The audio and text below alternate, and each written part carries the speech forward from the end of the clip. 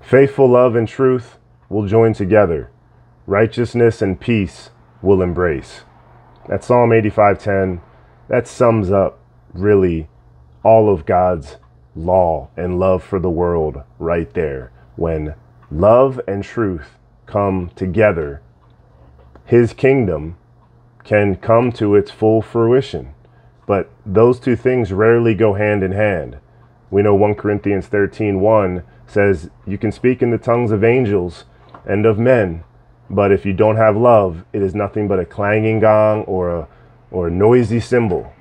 It means nothing. You can speak truth, but if there's not love and grace behind it, it goes in one ear out the other. It doesn't mean anything. But if you speak in love, absent truth, that love is no good. It's not going to help anybody because it's not from God.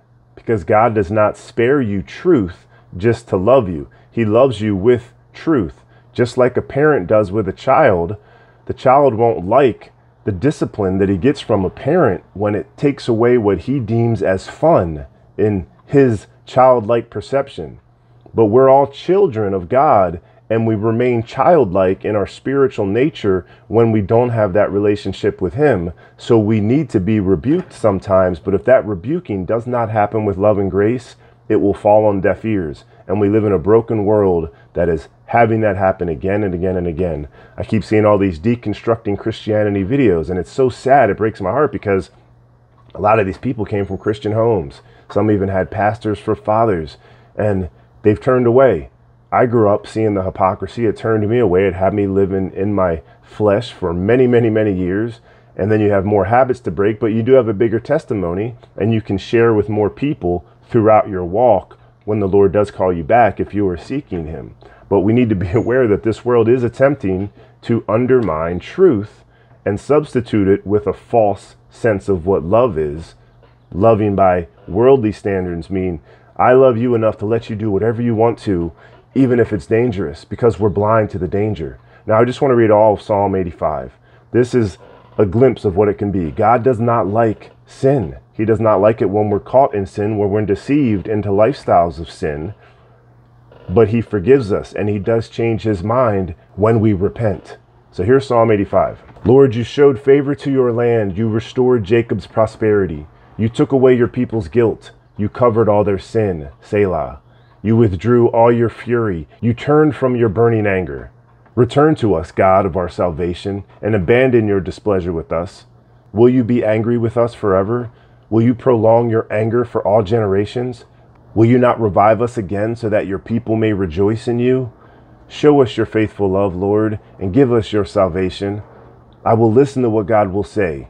Surely the Lord will declare peace to his people, his godly ones, and not let them go back to foolish ways. His salvation is very near to those who fear him, so that glory may dwell in our land. Faithful love and truth will join together. Righteousness and peace will embrace. Truth will spring up from the earth, and righteousness will look down from heaven. Also, the Lord will provide what is good, and our land will yield its crops. Righteousness will go before him to prepare the way for his steps. Psalm 85.